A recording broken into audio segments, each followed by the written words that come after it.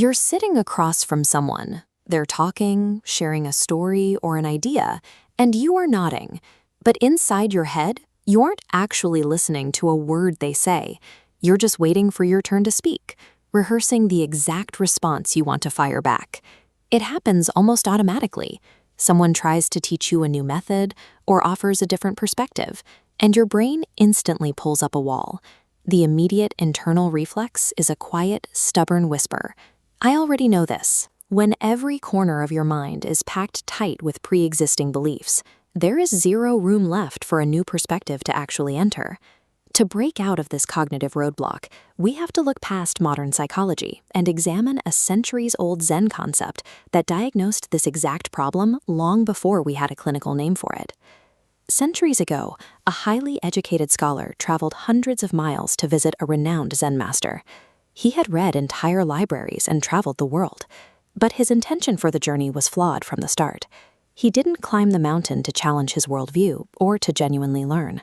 He went because he wanted to hear an interesting philosophy, another intellectual trophy to add to his already massive collection.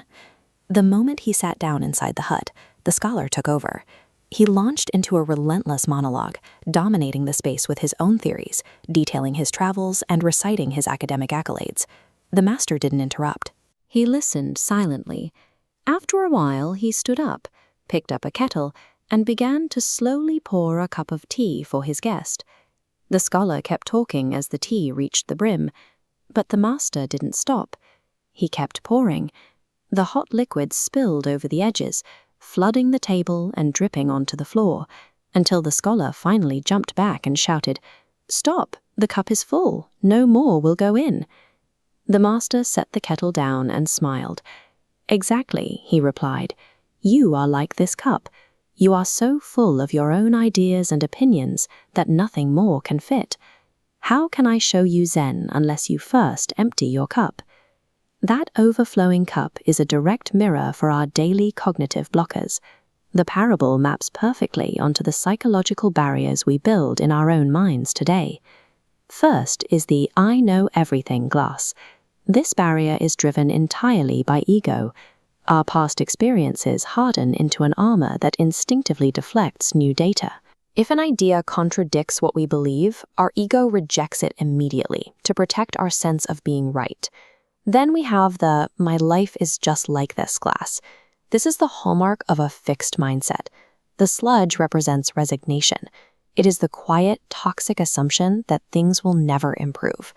I am just built this way, or my situation will never change. This leaves absolutely no room for proactive action or hope. Finally, there is the "I am too busy" glass. This state is driven by severe cognitive overload. When we pack every waking hour with endless notifications, back-to-back meetings, and frantic planning, we destroy our capacity for mental stillness. We become too distracted to engage in deep thought. Whether the blockage is caused by arrogance, quiet resignation, or endless distraction, the result is exactly the same. A mind that is completely full cannot grow. Here is where most people misunderstand the parable. Emptying your cup does not mean erasing your identity. It doesn't ask you to abandon your intelligence or throw away your hard-earned experience. The master's advice is about the active, intentional practice of making mental space. Making space requires you to intentionally pause your routine judgments, just long enough to let a new perspective breathe. It is the conscious choice to suspend your disbelief for a single moment. Take a moment right now.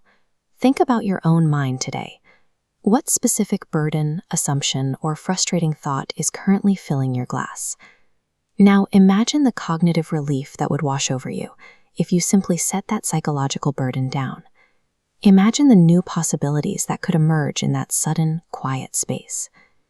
Learning is a continuous process, and its absolute first requirement is the willingness to listen without judgment. To truly understand the world around you, you have to approach it with an empty glass.